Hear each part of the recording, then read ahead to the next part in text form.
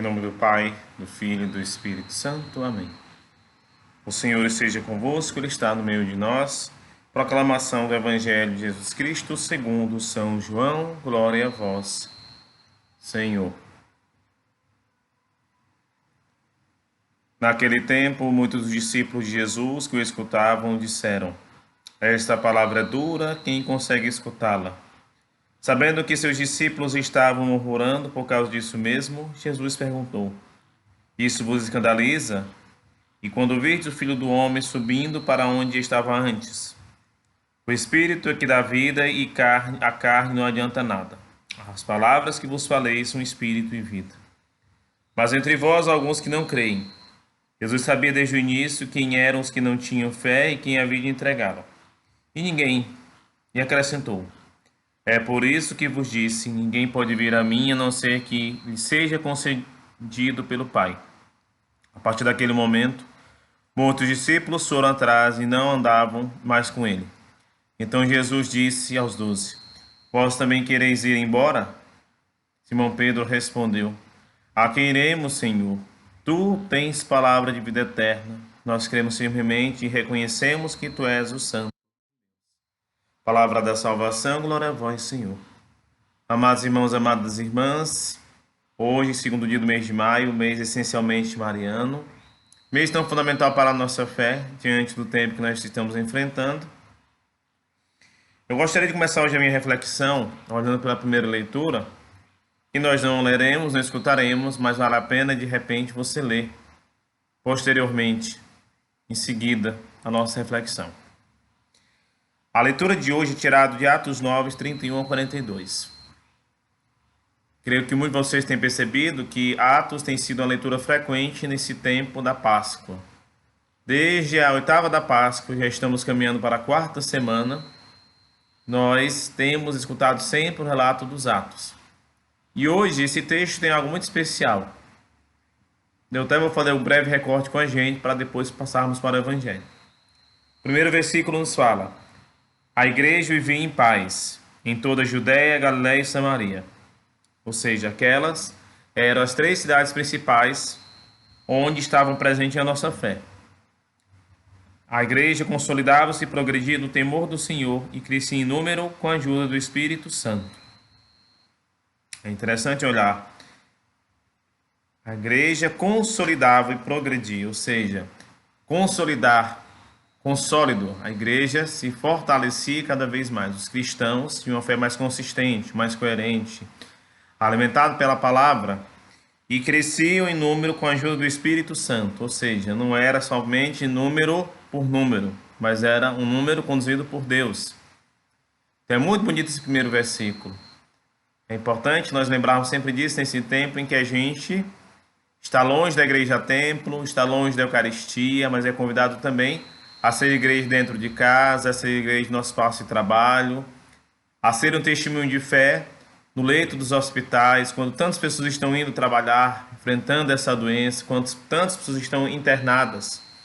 É importante que a gente lembre-se disso, de ter a fé sólida, de ter a fé confiante, de ser conduzido pelo Espírito Santo, de viver em paz. Apesar do tempo da tribulação, nós somos convidados a viver nessa paz.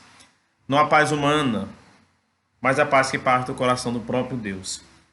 E se nós pudéssemos continuar o resto da leitura, nós escutaríamos um fato muito interessante.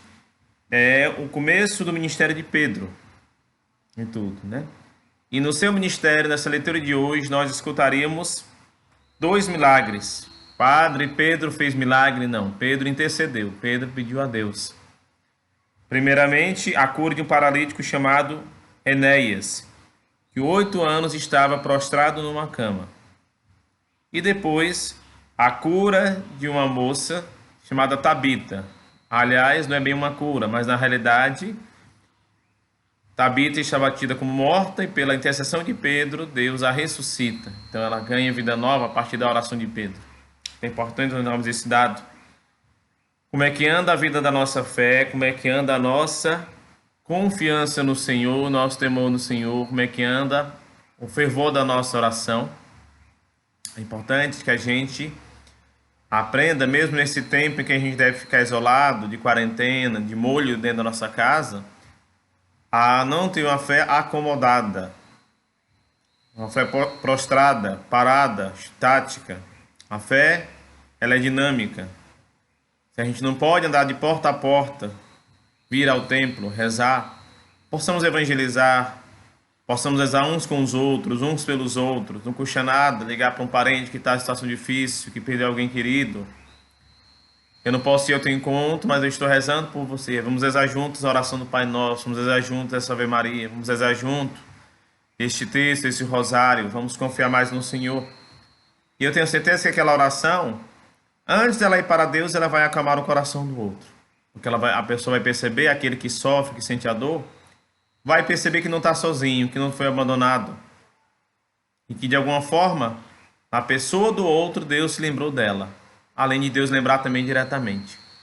Observar também se a nossa fé não está morta, mas que a nossa fé esteja viva, disposta realmente a ressuscitar.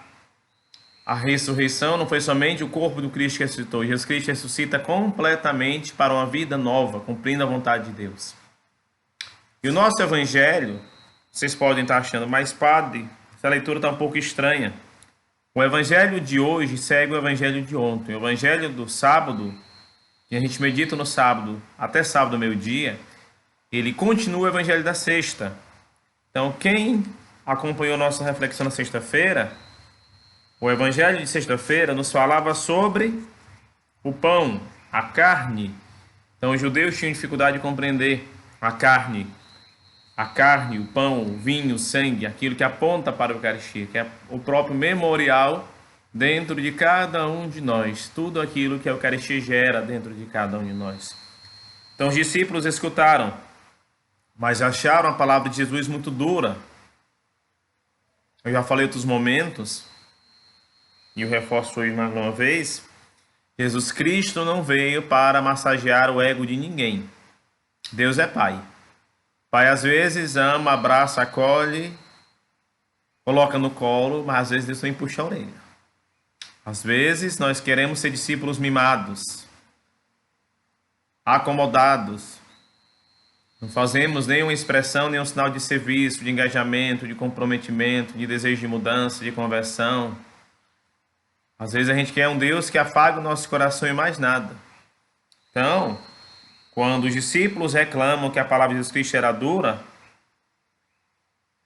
e tudo, Jesus Cristo, ele não... A resposta de Jesus foi mais forte. Isso vos escandaliza?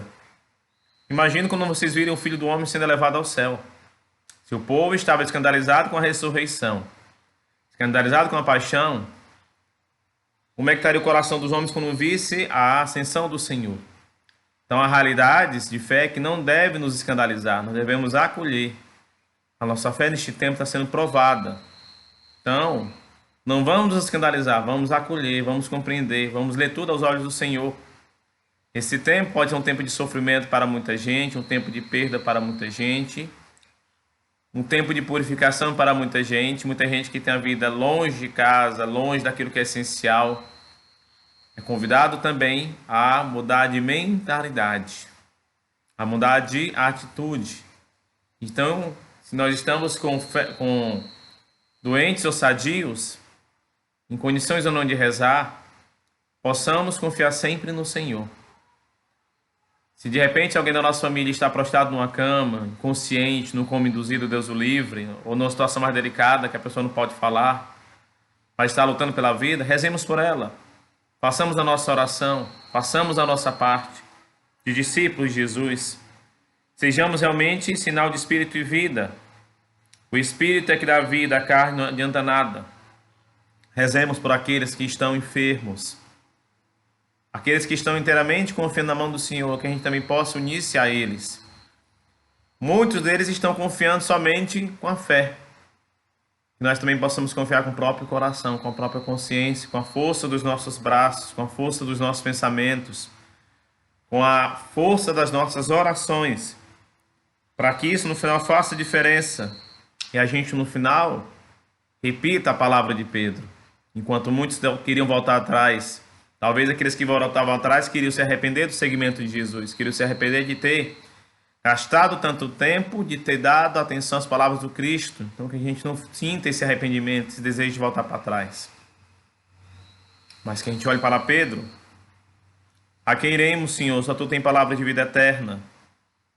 Então, meus queridos, vamos alimentar o nosso coração da palavra de Deus. Vamos alimentar a nossa vida da palavra de Deus. Vamos deixar ser alimentados por esse pão, que é o pão da palavra. Deixemos que esta palavra penetre o nosso coração.